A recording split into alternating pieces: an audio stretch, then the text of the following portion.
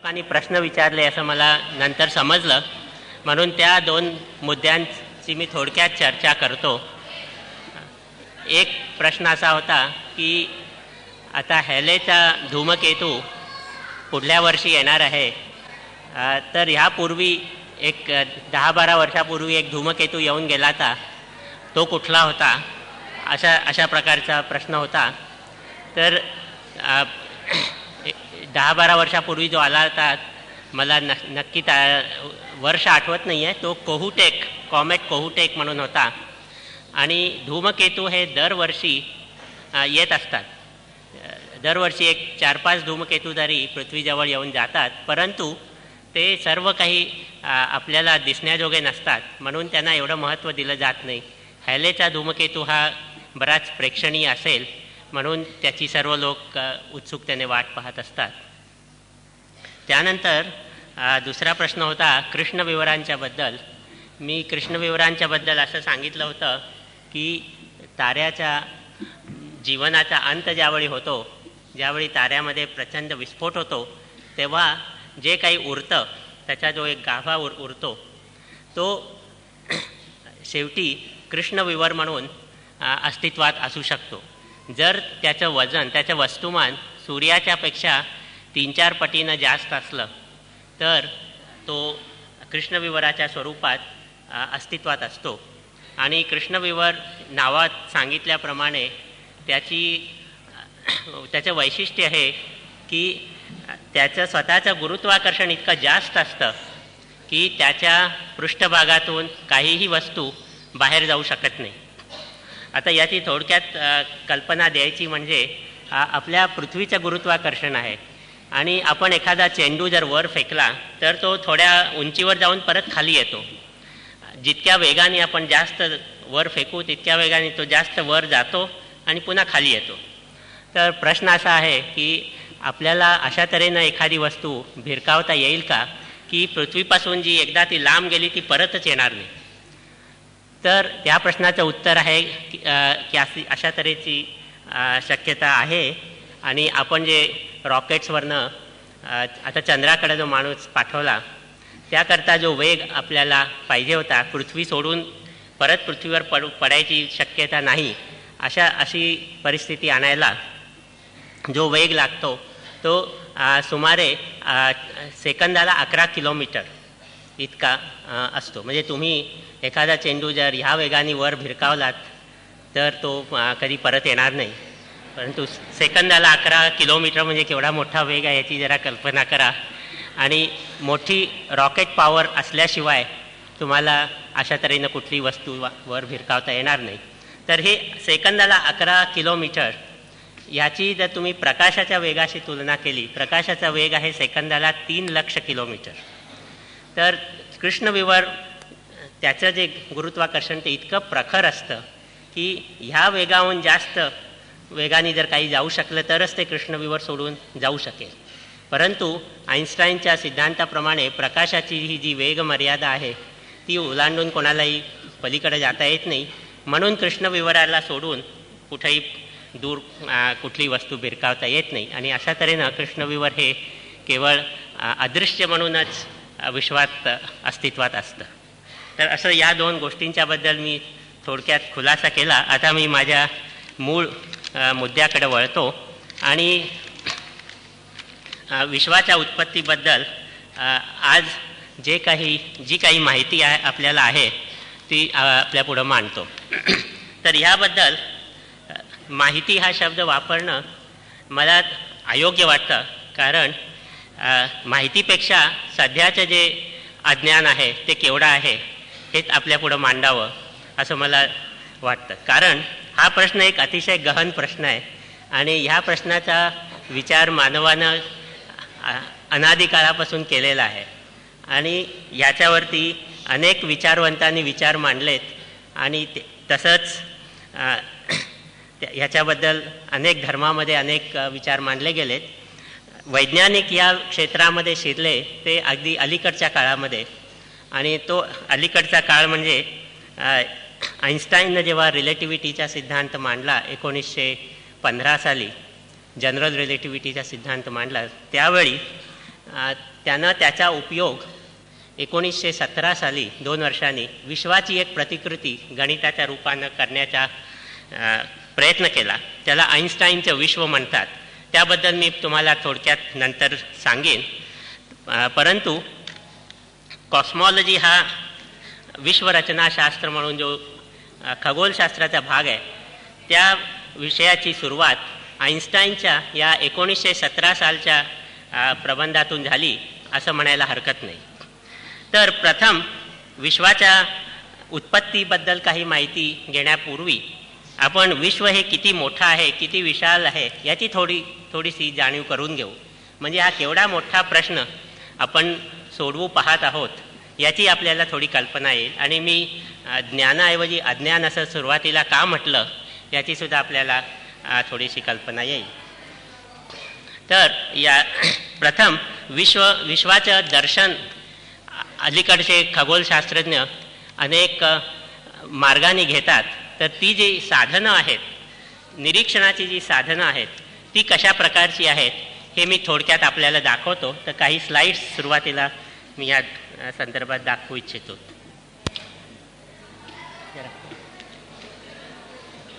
तर इथं जे तुम्ही पाहताय ही विश्वातली सध्याची सर्वात मोठी दुर्बीण जी आहे ती इथं तुम्हाला दाखवलेली आहे.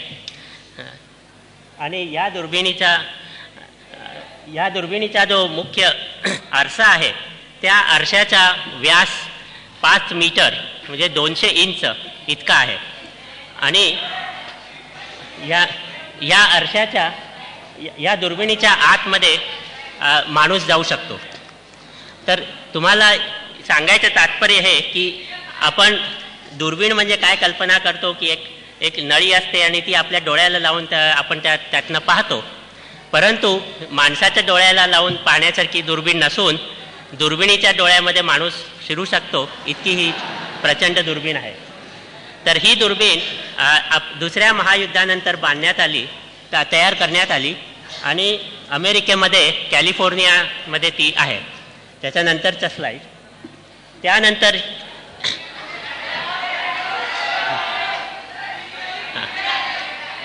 ही जी दुर्बीण आहे या दुर्बिणीच्या बद्दल सांगायचं म्हणजे ही सुमारे 15 वर्षापूर्वी 1970 साली ही पुरी करण्यात आली.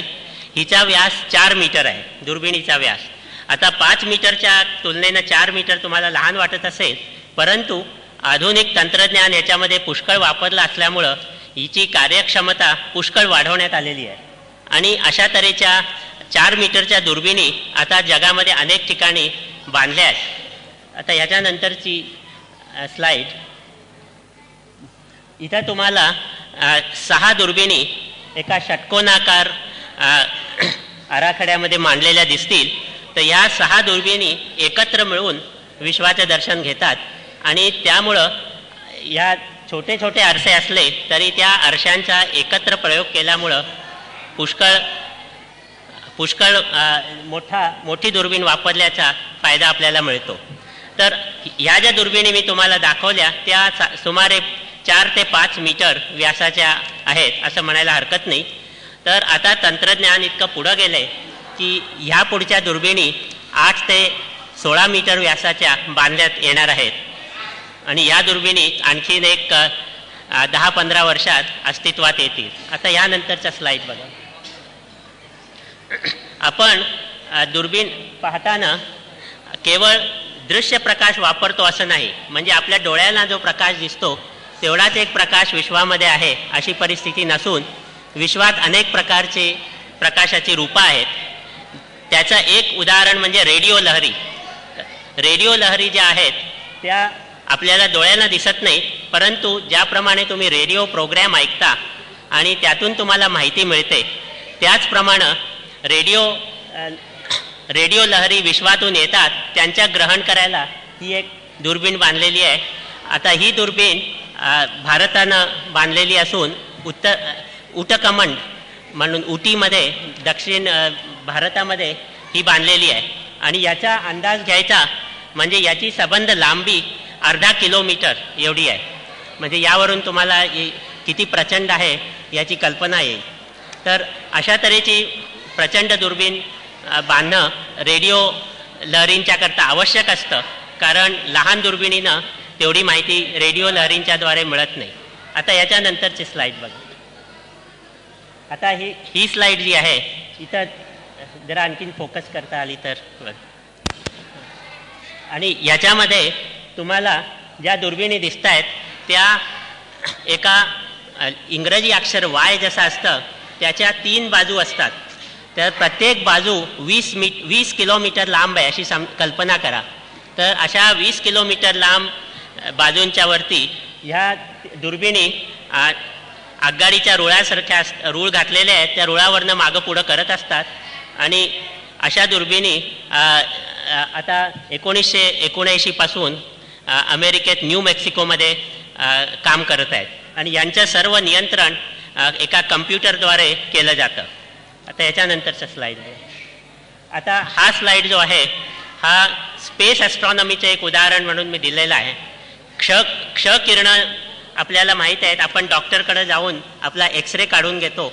तर तसे एक्सरेज विश्वामध्ये आपल्या वातावरणाच्या पलीकडं जर गेलं, पृथ्वीच्या वातावरणाबाहेर गेलं तर तिथं प्रचूर प्रमाणात एक्सरेज आहेत. परंतु आपल्या वातावरणात त्या शोषल्या जातात, त्यामुळं त्या जमिनीवर आपल्याला त्यांचं ग्रहण करता येत नाही. तर अशा प्रकारच्या दुर्बिणी आपल्याला एखाद्या सॅटेलाईटवरती उपग्रहामध्ये ठेवून वर पाठवाव्या लागतात. आणि तशा प्रकारची ही दुर्बीण इथं दाखवलेली आहे. आणि ह्या दुर्बिणीमध्ये तुम्ही पाहाल तर इथं इतकी विशाल आहे, त्याच्या तुलनेनं माणसं किती लहान आहेत ते आपल्याला दिसतं.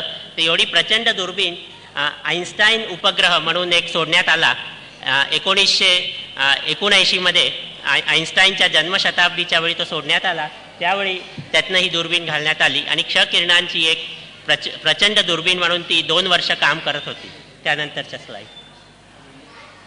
आता इथं जी तुम्ही पाहताय ती इन्फ्रारेड किरणं मिळतात, विश्वातून येत असतात. त्यांचा अभ्यास करायला सुद्धा आपल्या वातावरणाच्या बाहेर आपल्याला दुर्बीण पाठवावी लागते. तशा तऱ्हेची ही दुर्बीण आहे.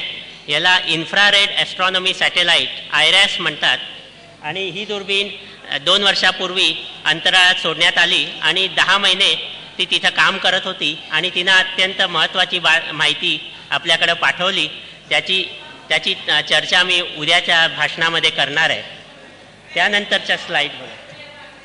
तर आता या दुर्बिणी दाखवल्यानंतर दुर्बिणीतून आपल्याला विश्वाचं दर्शन कसं घडतं याची कल्पना या काही चित्रात तुम्हाला मिळेल. तर हे जे चित्र इथं तुम्ही पाहताय याच्यामध्ये पांढरे आणि काळे असे पट्टे आहेत.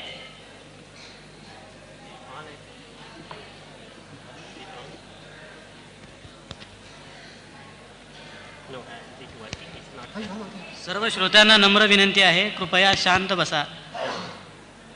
तुम्हाला बोलणं ऐकू येतंय का माझं? तर इथं जी हे चित्र तुम्ही स्लाईड जे पाहताय याच्यामध्ये पांढरे आणि काळे पट्टे जे दिसत आहेत त्याचं कारण हे पांढरे पट्टे हे आकाशगंगेतले तारे ज्यातून शुभ्र प्रकाश बाहेर पडतो त्यामुळे हे पांढरे पट्टे झालेले आहेत. तर काळे पट्टे जे आहेत ते धूलिकणामुळे झालेले आहेत.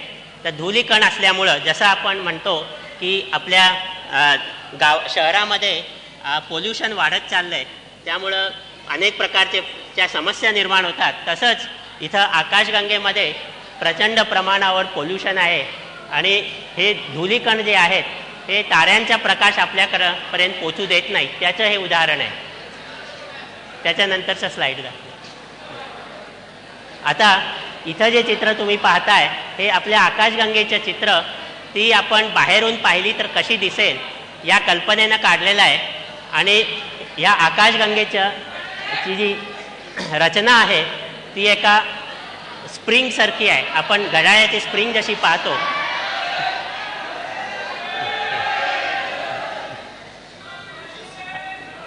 आपण घड्याळाची स्प्रिंग ज्याप्रमाणे पाहतो त्याप्रमाणे ही आकाशगंगेची रचना आहे.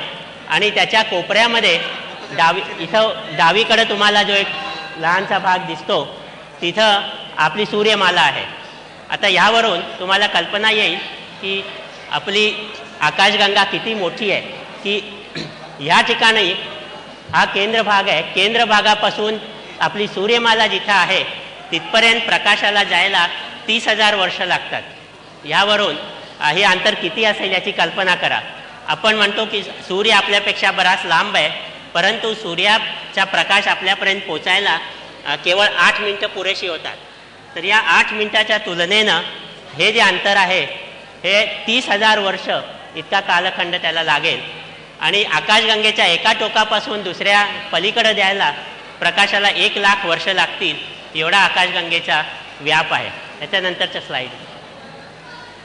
आता इथं तुम्ही पाहताय ही आपल्या आकाशगंगेच्या शेजारची आकाशगंगा आहे. तिला देवयानी म्हणून म्हणतात, अँड्रॉमेडा. आणि आपली आकाशगंगा बाहेरून पाहिली तर अशीच दिसेल. आणि हा जो मधला चमकणारा भाग दिसतोय तो ताऱ्यांच्या प्रकाशामुळे चमकतोय. त्याच्यात असंख्य तारे भरलेत. तुम्हाला अंदाज करायचा असला तर जवळजवळ 100 ते 200 अब्ज तारे ह्या चित्रामध्ये आहेत. आता 100 अब्ज ही संख्या केवढी मोठी आहे याची तुम्ही जरा कल्पना अशी करा की तुम्ही आकडे मोजताय 1 2 3 4 5 6 असे, आणि समजा सेकंदाला तुम्ही एक 3 आकडे मोजलेत.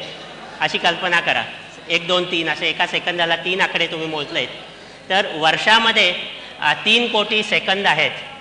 तर प्रत्येक सेकंदाला 3 आकडे तुम्ही मोजलेत तर वर्षभर आकडे मोजत असला तर 10 कोटी एवढे आकडे तुमच्याकडून मोजले जातील.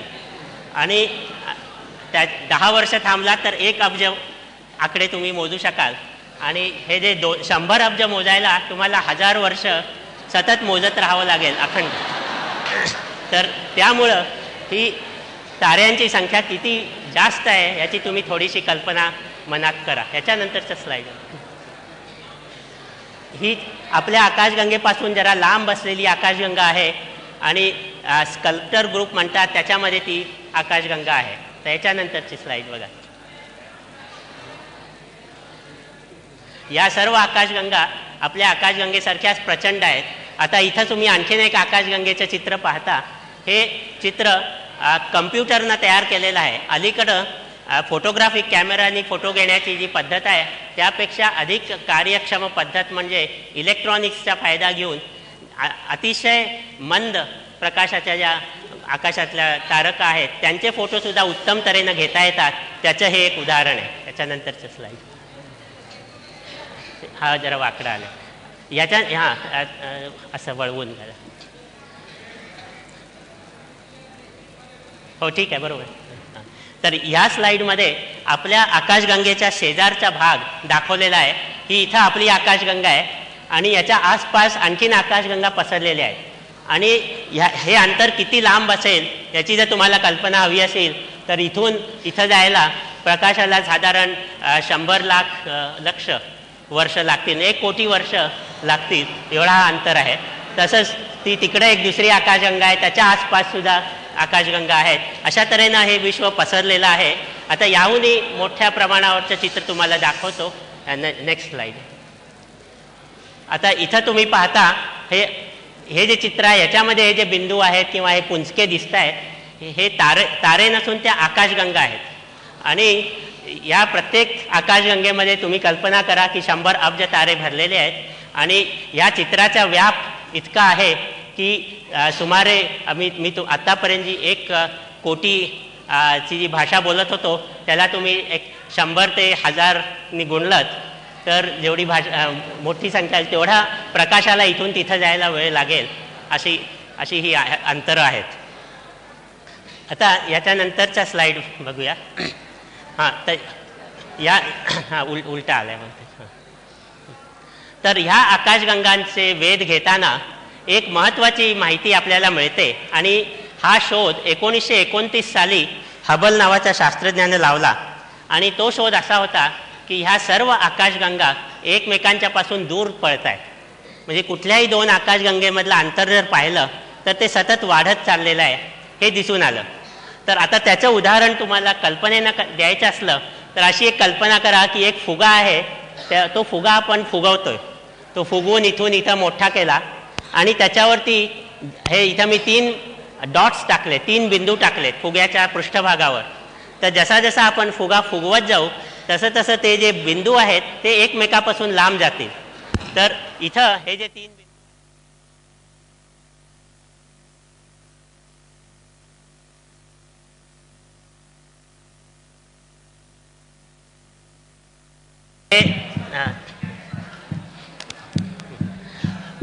हे जसे एकमेकापासून दूर जाताना दिसतात फुग्याच्या पृष्ठभागावर, तर अशी कल्पना करा की सबंध विश्व हे एका प्रचंड फुग्याप्रमाणे आहे. जो फुगा फुगवला जातोय आणि त्याच्यावरती असलेल्या आकाशगंगा एकमेकापासून दूर जात आहेत. तर अशा तऱ्हेची काहीतरी परिस्थिती इथं आपल्याला दिसते. तर मी तुम्हाला जे पहिल्यांदा सांगितलं की आईन्स्टाईननं एक विश्वाची प्रतिकृती गणिताच्याद्वारे तयार केली ती, तर त्या प्रतिकृतीमध्ये कल्पना अशी होती की विश्व हे स्थिर स्वरूपाचं आहे. त्यातल्या ज्या आकाशगंगा आहेत त्या एकमेकांच्या पासून एका ठराविक अंतरावर आहेत. ते अंतर कमी होत नाही किंवा जास्त होत नाही. तर आईन्स्टाईनची ही जी प्रतिकृती होती, आईन्स्टाईनचं विश्व म्हणून ज्याला म्हणतात, ती या निरीक्षणामुळं चुकीची ठरली. तर आईन्स्टाईनचा जो सिद्धांत होता एक विश्वाच्या रचनेचा, तो 1917 साली त्यानं मांडला. त्याला या हबलच्या निरीक्षणामुळं तडा गेला आणि लोकांनी नवीन तऱ्हेची मॉडेल्स तयार करायला सुरुवात केली की ज्याच्यामध्ये विश्व प्रसरण पावतंय. फुगा जसा फुगत जातो तसं विश्व कसं प्रसरण पावतंय हे आपल्याला गणिताच्याद्वारे दाखवता येईल का, याबद्दल लोकांनी प्रयत्न केला. तर ह्याकरता त्यांनी आईन्स्टाईनचा जो सापेक्षवादाचा सिद्धांत आहे तोच वापरला. तेव्हा त्या सिद्धांताची माहिती मी प्रथम आपल्याला थोड्या सोप्या भाषेत द्यायचा प्रयत्न करतो आणि मग पुन्हा या विश्वरचनाशास्त्राकडे वळतो. तर याच्यानंतरच्या स्लाईड बघा. तर आता मी तुम्हाला एक कल्पना करायला सांगतो की इथं एक तोफ आहे आणि त्या तोफेतून आपण एक गोळा सोडलेला आहे आणि तोफेतनं सोडलेला गोळा खरोखर आपण जेव्हा पाहतो तेव्हा एका ठराविक उंचीपर्यंत जाऊन पुन्हा असा खाली येतो. असा आपला अनुभव आहे. किंवा आपण एखादा दगड घेऊन जर भिरकावला तिरक्या दिशेनं, तो एका ठराविक उंचीपर्यंत जाऊन परत तो खाली येतो. परंतु याचं कारण काय म्हणून जर विचारलं तर ज्यांनी न्यूटनच्या सिद्धांताचा अभ्यास केला आहे ते असं म्हणतील की जर आपण पृथ्वीचं आकर्षण नसतं तर तो तोफेचा गोळा सरळ मार्गाने वर गेला असता. परंतु पृथ्वीचं आकर्षण असल्यामुळं, त्या आकर्षणामुळं हा अशा तऱ्हेनं इकडं खाली पडतो. तर पृथ्वीच्या गुरुत्वाकर्षण जे आहे ते एका बळाप्रमाणे काम करून त्या गोळ्याला खाली खेचून धरतं. तर ही जी कल्पना आहे ही न्यूटनची होती. तर आईन्स्टाईननं त्याऐवजी असं सांगितलं की पृथ्वीच्या गुरुत्वाकर्षणामुळं पृथ्वीच्या आसपासची जी भूमिती आहे, जी आपण युक्लिडची भूमिती म्हणून समजतो, ती चुकीची आहे आणि त्यामुळं सरळ रेषेत जाण्याचा जो नियम आहे तो बदलून हा असा होतो. म्हणजे हा तोफेचा गोळा आईन्स्टाईनच्या मते सरळ रेषेत जातोय. तुम्ही म्हणाल की ही काही सरळ रेषा मला वाटत नाही, ही वळलेली रेषा दिसते. तर त्या उलट आईन्स्टाईननं म्हटलं की सरळ रेषा कुठली हे ठरवायचे जे निकष असतात ते भूमितीचे असतात आणि भूमितीचे नियम जर आपण बदलले तर सरळ कुठलं आणि वाकडे कुठलं हे ठरवणं आपल्या हातात आहे. ज्याप्रमाणे आपण म्हणतो की सरळ मार्गानं जा म्हणून आपण कोणालाही आपण सल्ला देतो, त्यामध्ये आपली नीतीची काही मूल्ये असतात, त्याप्रमाणे आपण ते नियम ठरवतो. आता जर ती नीतीची मूल्य बदलली तर ज्याला आपण वाकड्या मार्गाने जाताना पाहतो तो म्हणेल की मी सरळ मार्गानेच जातोय. तर अशा तऱ्हेचं काही इथं चाललेलं आहे. इथं भूमितीचे नियम बदलल्यामुळं इथून सरळ जाणारा जो मार्ग आहे तो हा नसून हा आहे हे आईन्स्टाईननं दाखवलं. तर भूमितीचे नियम कसे बदलतात याचं उदाहरण मी तुम्हाला आता देतो आणखी. तर इथं 3 प्रकारचे पृष्ठभाग दाखवलेले आहेत. हा इथं जो दाखवला आहे हा एक समतल आहे, ज्याला आपण आता टेबलाचा पृष्ठभाग जो असतो तो समतल असतो. त्याच्यावर जर आपण त्रिकोण काढला, इथं मी एक त्रिकोण जो काढलेला आहे हा त्रिकोण ABC आहे. या त्रिकोणाच्या तिन्ही कोनांची बेरीज 180 डिग्री असते, 180 अंश असते, हे आपण भूमितीच्या पुस्तकात शिकतो.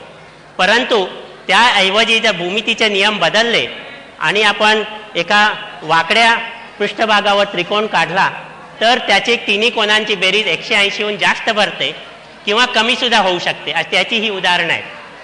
तर तुम्ही म्हणाल हे सर्व कल्पनेचा खेळ आहे खरोखर असं काही घडत नाही, पण त्याचंसुद्धा मी तुम्हाला उदाहरण देतो. याच्या नंतरच्या स्लाईड बघा. इथं आपण पृथ्वीवरती राहतो, तेव्हा पृथ्वीवरची भूमिती काय आहे ते आपण पाहूया. अशी कल्पना करा की एक माणूस उत्तर ध्रुवावरती आहे आणि तो अगदी सरळ मार्गानं पृथ्वीवर चालत जातो आणि या इथं जो सरळ मार्ग आहे म्हणजे एखाद्या ग्रीनिजच्या रेखांशावरनं तो सरळ चालला आहे दक्षिणेकडं आणि विषुववृत्तावरती आल्यावरती या बिंदूजवळ आला की तो डावीकडे वळतो आणि विषुववृत्तावरून असा पृथ्वीच्या प्रदक्षिणा घालायला एक चतुर्थांश प्रदक्षिणा घालतो, म्हणजे इथपर्यंत बीपर्यंत येतो, पुन्हा डावीकडे वळतो आणि त्या रेखांशावरून सरळ उत्तरेकडे जाऊन परत उत्तर ध्रुवाला पोचतो. तर उत्तर ध्रुवाला तो जे पोचतो तो ज्या दिशेने पोचतो तो निघालेल्या दिशेपेक्षा काटकोन करून असते. तर इथं हा जो त्रिकोण काढलेला आहे A, B आणि C, याचे तिन्ही कोण 90 अंशाचे आहेत, म्हणजे त्यांची बेरीज 270 अंश झाली. आणि हा जो पृथ्वीवर चालणारा माणूस आहे तो म्हणेल मी अगदी सरळ मार्गाने गेलो आणि 3 ठिकाणी वळलो, पहिल्यांदा काटकोन केला, पुन्हा काटकोन केला आणि पुन्हा काटकोन केला, तेव्हा युक्लिडचे नियम कुठंतरी चुकत असले पाहिजे असं तो म्हणतो. आणि त्याचं उदाहरण हे इथं आहे की युक्लिडची भूमिती सदैव लागू पडते असं नाही. त्याच्यानंतरचं तेव्हा जेव्हा आईन्स्टाईननं अशा तऱ्हेचा सिद्धांत मांडला तेव्हा लोकांनी असा प्रश्न केला की प्रकाश किरणं जी सरळ रेषेत जातात असं आपण म्हणतो, त्या सरळ रेषेच्या सुद्धा ती परिभाषा सुद्धा बदलायला पाहिजे. आणि आईन्स्टाईननं त्याला होकार दिला. आणि इथं एक उदाहरण तुम्हाला दाखवलं आहे की इथं सूर्य आहे आणि सूर्याच्या भोवती त्याच्या जवळून एक प्रकाश किरण जाते. तर हे प्रकाश किरण असं वळलेलं आहे, त्यामुळं हा जो तारा वरती दिसतो डावीकडं तो तारा निश्चित ठिकाणी ज्या ठिकाणी आहे तिथून न दिसता त्याची दिशा आपल्याला बदललेली दिसते, कारण तिथून येणारा प्रकाश आपल्याकडे येताना वळलेला असतो. आणि तुमच्यापैकी ज्यांनी लेन्स आणि वक्र आरशांचा अभ्यास केलेला आहे त्या लोकांना याची कल्पना असेल की लेन्सनं जशा नवीन इमेजेस बनतात, प्रतिबिंब बनतात, तशीच इथं ताऱ्याची नवीन प्रतिबिंब तयार होऊ शकतात. तर आईन्स्टाईननं जेव्हा अशा तऱ्हेचं विधान केलं तेव्हा 1919 साली एक खग्रास सूर्यग्रहण होतं. त्यावेळी लोकांनी मुद्दाम याची प्रचिती घेतली. त्यांनी एका ताऱ्याला पाहिलं जो सूर्याच्या मागं होता आणि सूर्याच्या मागं असलेला तारा केवळ आपण सूर्यग्रहणाच्या वेळीच पाहू शकतो, कारण सूर्याचा प्रकाश झाकला गेला पाहिजे आणि त्याकरता सूर्यग्रहण आवश्यक आहे. तर अशा वेळी सूर्याच्या मागं असलेला तारा त्यांनी पाहिला आणि त्याची दिशा किंचित बदललेली होती आणि त्याचं कारण प्रकाशाचं हे वक्रीभवन झालेलं आहे. तर अशा तऱ्हेची ही कल्पना आईन्स्टाईननं जेव्हा मांडलेली, त्यांना त्याची प्रचिती आढळली तेव्हा आईन्स्टाईनच्या सिद्धांताला पुष्कळ लोकांनी त्याच्यावर विश्वास ठेवायला सुरुवात केली. तर ही 1919 मधली गोष्ट मी तुम्हाला सांगितली. तर ज्यावेळी हबलचा नियम की विश्व हे प्रसरण पावतंय हा नियम जेव्हा लोकांना दिसून आला तेव्हा त्याच्याकरता आईन्स्टाईनचा सिद्धांत वापरावा असं लोकांनी मनात आणलं आणि त्याकरता जी प्रतिकृती तयार केली त्याचं उदाहरण नंतरच्या स्लाईडमध्ये पाहाल. तर ह्या ठिकाणी जे दाखवलेलं आहे की अशी कल्पना करा की आपल्या आणि आपल्या शेजारची जी आकाशगंगा आहे, आपली आकाशगंगा आणि आपल्या शेजारची आकाशगंगा, त्यांच्यामधलं अंतर हे आत्ता आपण वाढताना पाहतो. तर हे अंतर वाढत जाईल का पुढं कमी होईल? तर त्याचे 3 पर्याय इथं दिलेत. एकामध्ये हे अंतर वाढत वाढत एक जास्त होईल आणि पुन्हा कमी होत जाईल, म्हणजे विश्वाचं जे प्रसरण आत्ता होतंय ते होत जाईल आणि मग नंतर थांबेल आणि पुन्हा विश्वाचं आकुंचन सुरू होईल असं एक सिद्धांत सांगतो. तर दुसरे सिद्धांत असं सांगतात की विश्वाचं प्रसरण हे सतत होत राहील. तर अशा तऱ्हेनं 2 पर्याय विश्वाच्या भवितव्याबद्दल आपल्या पुढं आहेत. हे वैज्ञानिकांनी 1930च्या सुमाराला जेव्हा हबलचे निरीक्षणं त्यांच्या पुढे आली तेव्हा ती मांडून त्यांनी असे निष्कर्ष काढले. तर याच्यानंतरचा स्लाईड बघू. तर आपण जर अशी कल्पना केली की विश्व हे प्रसरण पावतंय तर पूर्वी त्याची काय परिस्थिती होती? पूर्वी अर्थात ते विश्व आत्ता आहे त्यापेक्षा लहान होतं. तर आपण अगदी जर आपण इतिहासाकडे पाहिलं तर असं दिसून येतं की प्राचीन काळी एक मोठा स्फोट झाला जेव्हा हे सबंध विश्व एका लहानशा अणूमध्ये समाविष्ट असेल अशी कल्पना करा आणि त्या अणूचा स्फोट झाला आणि त्यातून ते विश्व बाहेर पडलं. तर ही जी इथं चित्र दाखवलेलं आहे ते एका मोठ्या स्फोटाचं आहे आणि त्या स्फोटातून हे पदार्थ बाहेर पडत आहेत. त्यांच्यानंतर आकाशगंगा तयार झाल्या. अशा तऱ्हेची ही कल्पना इथं त्यांनी मांडलेली आहे. तर अशा तऱ्हेची जी विश्वाच्या रचनेची कल्पना आहे त्याला महास्फोटाचा सिद्धांत असं म्हणतात. तर ह्या संदर्भात मी असं सांगू इच्छितो की महास्फोटाचा सिद्धांत हा याला एक विरोधी म्हणून दुसरा एक सिद्धांत हॉयल आणि बॉन्डी आणि गोल्ड या 3 शास्त्रज्ञांनी काढला. त्याच्यामध्ये विश्वाची सुरुवात अशी महास्फोटात होत नाही, तर विश्व हे अनादी आणि अनंत आहे अशी कल्पना त्याच्यात होती आणि विश्व हे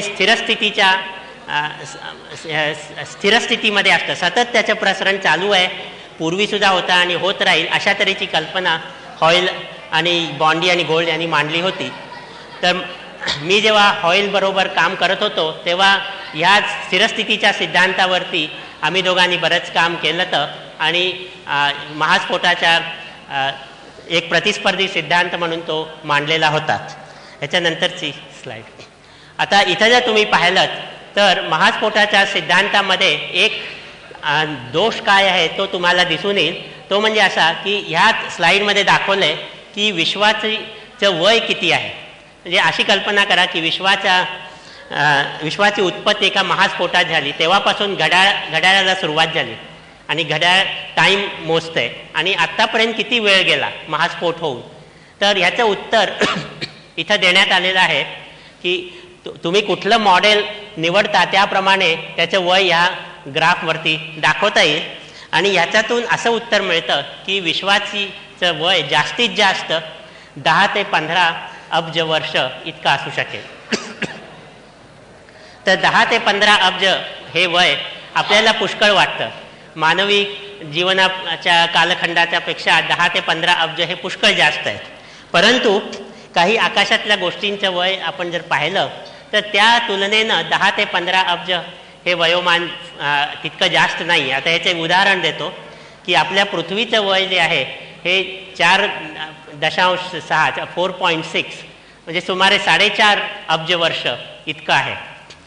त्यापेक्षा सूर्याचं वय जास्त आहे, थोडंसं जास्त आहे आणि सूर्यापेक्षा अधिक वय असलेले तारे अस्तित्वात आहेत आणि आपल्या आकाशगंगेचे वय हे 10 ते 15 अब्ज या कालखंडात बसतं आणि आपल्या आकाशगंगेपेक्षाही अधिक वय असलेल्या वस्तू काही आहेत आणि काही ताऱ्यांच्या समूहांचं वय जे ठरवण्यात आलं आहे ते 18 अब्ज वर्ष इतकं माहीत आहे. तर ह्या 18 अब्ज ह्या वयाच्या तुलनेनं 15 अब्ज किंवा 10 अब्ज ही संख्या कमी आहे आणि विश्वातली प्रत्येक वस्तू विश्वापेक्षा लहान असली पाहिजे. जसं मुलाचं वय बापापेक्षा कमी पाहिजे हा जो सिद्धांत आहे त्याप्रमाणे विश्वातल्या कुठल्याही वस्तूची गोष्ट वय आपल्या एकंदर विश्वाच्या वयापेक्षा कमी पाहिजे हे कोणी गृहीत धरून चालेल.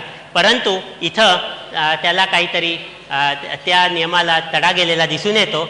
म्हणून महास्फोटाच्या सिद्धांताबद्दल अजूनही काही लोक शंका घेतात आणि त्या दृष्टीनं स्थिरस्थितीचा सिद्धांत जो आहे तो अजूनही आपण विचारात घ्यायला पाहिजे असं मला वाटतं. तर ह्याच्यानंतरचं स्लाईड मला वाटतं ती आडवी ठेवायला पाहिजे, ती अशी ठेवायला पाहिजे.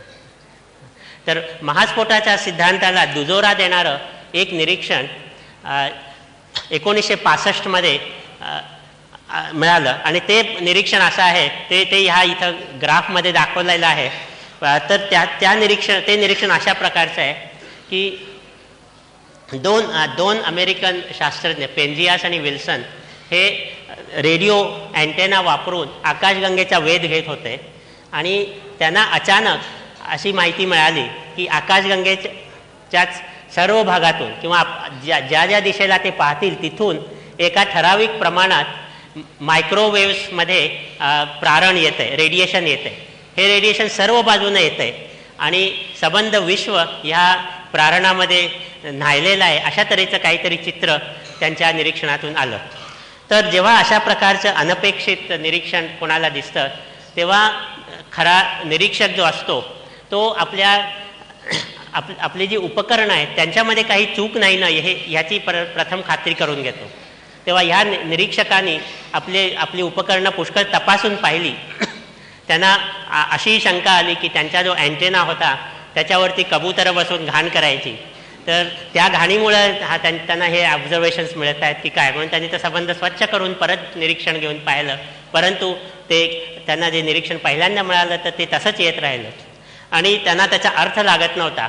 परंतु जेव्हा त्यांना महास्फोटाच्या सिद्धांताची कल्पना देण्यात आली तेव्हा त्यांना बरोबर त्याचा अर्थ लागला. तो अर्थ असा होता की महास्फोटात जेव्हा विश्वाची उत्पत्ती झाली तेव्हा त्याचं तापमान पुष्कळ होतं आणि त्याच्यातून येणारं प्रारण खूपच तप्त होतं. तर ज्याप्रमाणे एखादा वायूचा गोळा जसा जसा आपण फुगवत जातो तसं तसं त्याचं तापमान कमी होत जातं, त्याप्रमाणे विश्व जसं प्रसरण पावत गेलं तसं तसं त्याचं तापमान कमी होत गेलं. आणि ह्या दोन शास्त्रज्ञांना, पेन्झियस आणि विल्सन त्यांचं नाव, त्या दोघांना अशी खात्री पटली की हे जे तापमान आहे सध्या त्यांनी पाहिलेलं, त्यांना जे प्रारण सापडतंय ते महास्फोटातून निघालेलं प्रारण आता थंड होऊन आपल्या भोवती दिसतंय.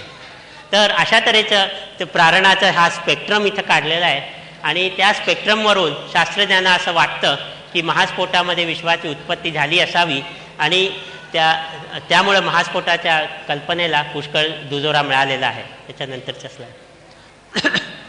आता इथं मी एक मोठी टाईम टेबल मांडलेलं आहे. ते आपल्याला सर्वांना लांबून दिसायचं नाही, परंतु याची मी थोडक्यात आपल्याला कल्पना करून देतो. आणि ते टाईम टेबल म्हणजे असं आहे की महास्फोटात जर विश्वाची उत्पत्ती झाली तर त्या उत्पत्तीपासून आत्ताच्या काळापर्यंत विश्वामध्ये जे जे काही पदार्थ अस्तित्वात आले ते कसे आणि केव्हा आले. आणि ह्याच्यातला प्रमुख प्रश्न म्हणजे की विश्वामध्ये सर्व ॲटम्स आहेत असं म्हटलं, अणू आहेत असं म्हटलं, तर हे अणू केव्हा उत्पन्न झाले आणि अणू ज्याचे बांधलेले आहेत ते जे मूल कण ते केव्हा उत्पन्न झाले.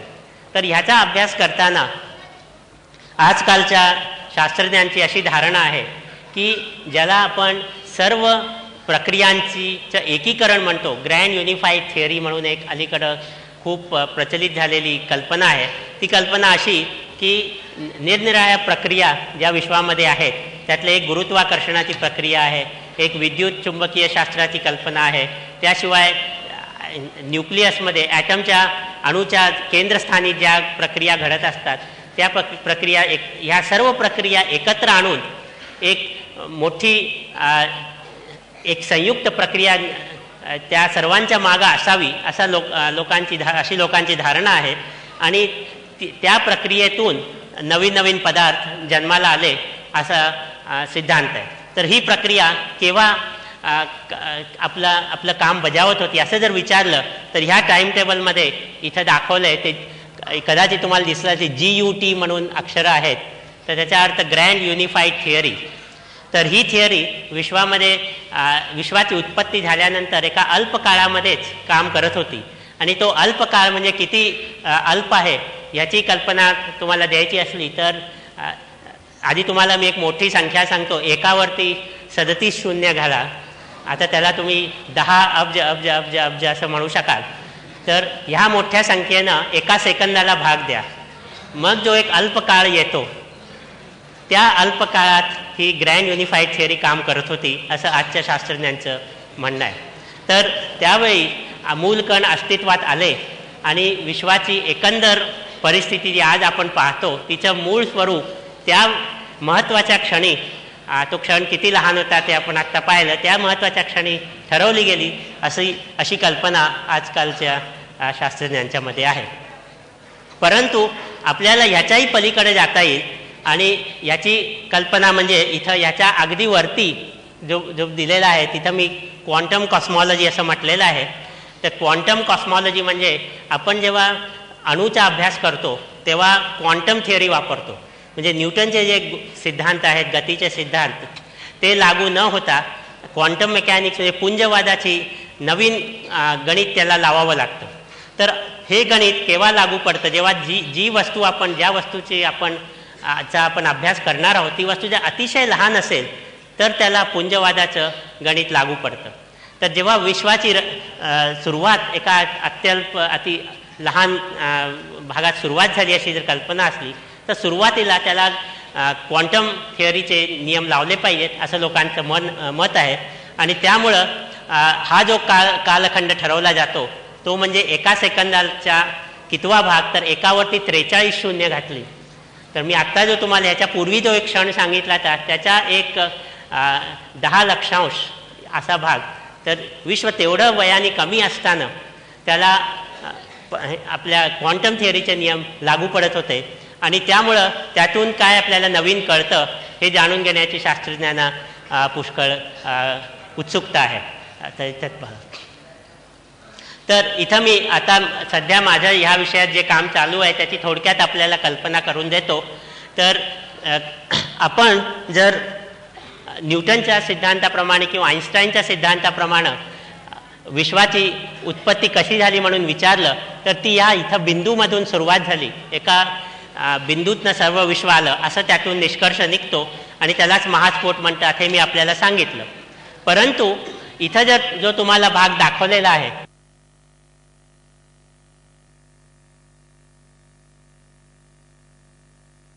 हा भाग आहे जेव्हा न्यूटन किंवा आईन्स्टाईनचे जे सिद्धांत आहेत ते लागू पडत नाहीत तिथं आपण क्वांटम थिअरी वापरली पाहिजे, पुंजवाद वापरला पाहिजे असं जेव्हा आढळून येतं तेव्हा आपल्याला असं दिसून येतं की विश्वाची उत्पत्ती हा एक क्षण नव्हताच, तर विश्व केवळ फार लहान होतं आणि ह्याच्या पूर्वी पण ते अस्तित्वात होतं अशी एक कल्पना आपल्याला आपल्या डोळ्यासमोर येते.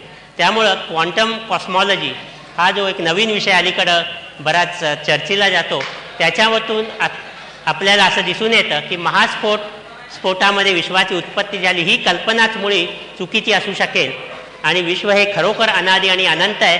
परंतु ते कधीकधी अति लहान होतं आणि कधीकधी अतिविशाल होतं आणि ते त्याच्यामध्ये एक लहान मोठेपणाचे फरक पडत जातात आणि त्याचं हे एक उदाहरण आहे असं आपल्याला वाटतं. त्याच्यानंतरचं आता मी तुम्हाला माझ्या थोड्या कामाबद्दल सांगितलं. आता पुन्हा मी तुम्हाला दुर्बिणींच्याकडं आणतो कारण मी जे तुम्हाला आता सांगितलं की आपल्या विश्वाच्या उत्पत्तीसंबंधी ज्या काही कल्पना आहेत त्या कल्पना आपण जेवढं पाहतो त्याच्यावरती आधारलेल्या आहेत. परंतु आपण जेवढं विश्व पाहतो ती कल्पना जी आहे ती कल्पना आपल्याला आणखीन विस्तृत करता येईल. आणि ह्याचं उदाहरण इथं जी एक दुर्बीण दाखवलेली आहे हे अंतराळामध्ये एक दुर्बीण सोडली जाणार आहे आणि ती दुर्बीण एका स्पेस शटलमधनं वर नेण्यात येणार आहे. तर तुम्ही स्पेस शटल हे आतापर्यंत टी व्हीमध्ये किंवा फिल्ममध्ये पाहिलं असेल. हे रॉकेटवरनं वर पाठवलं जातं आणि विमानासारखं खाली येतं. तर अशा स्पेस शटलमध्ये हा स्पेस टेलिस्कोप ठेवण्यात येणार आहे आणि सुमारे 1-2 वर्षांनी बहुतेक 1986च्या अखेरीस किंवा 87च्या सुरुवातीला हा टेलिस्कोप अंतराळात असा ठेवण्यात येणार आहे. तर ह्या टेलिस्कोपचं महत्त्व म्हणजे असं की तुम्हाला इथं आकाशात अंधार दिसतोय परंतु सूर्य या बाजूला इथं आहे. तर आकाशात एका बाजूला सूर्य आहे आणि बाकीचं आकाश काळं आहे ही कल्पना आपल्याला जरा विचित्र वाटते. परंतु प्रत्यक्षात तसं का घडतं तर आपण जर अंतराळात गेलो आपल्या वातावरणाच्या वर तर तिथं प्रकाश ज्या बाजूने येतो त्याच बाजूने तो येत राहतो. त्याला तो स्कॅटर केला जात नाही, इकडून तिकडं तो बिखुरला जात नाही. जिथं वातावरण असतं तिथं प्रकाश वातावरणातल्या मूल कणावर आपटून इकडं तिकडं पसरतो. त्यामुळं आपल्याला सबंध आकाश दिवसा निळं झालेलं दिसतं. परंतु इथं आकाश निळं होण्याचा प्रश्नच नाही कारण वातावरण इथं नसल्यामुळं सूर्यापासून जे प्रकाश येतात ते केवळ सूर्यच जिथं असेल तिथं आपल्याला प्रकाश दिसतो, बाकीच्या ठिकाणी अंधार असतो. त्यामुळं दिवसासुद्धा तारे आपण बघू शकतो.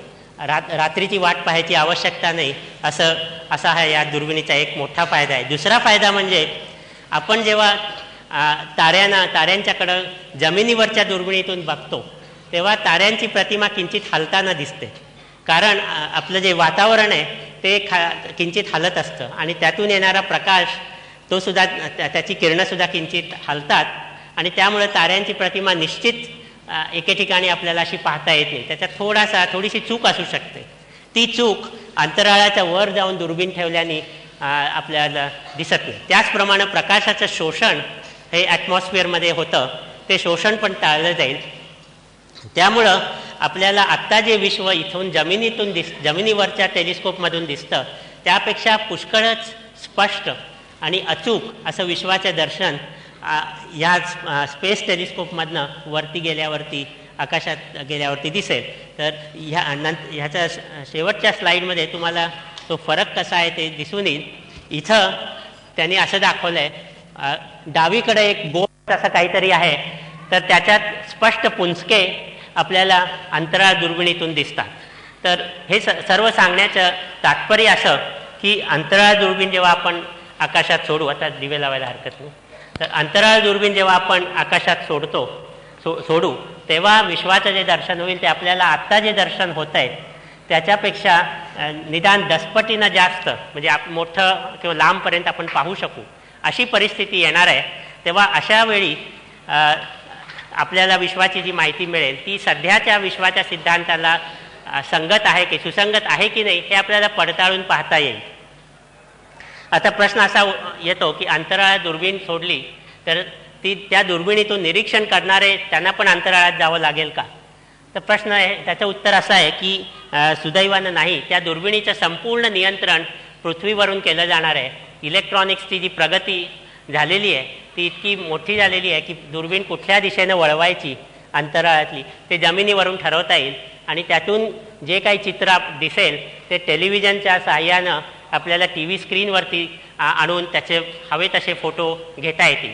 त्यामुळं ह्या मोठ्या तंत्रज्ञानाचा जो खगोलशास्त्राला फायदा मिळतोय त्या फायद्यामुळं विश्वाचं जे दर्शन आज आपल्याला घडतं आहे त्यापेक्षा पुष्कळ जास्त आणखीन 5-6 वर्षांनी घडलेलं असेल.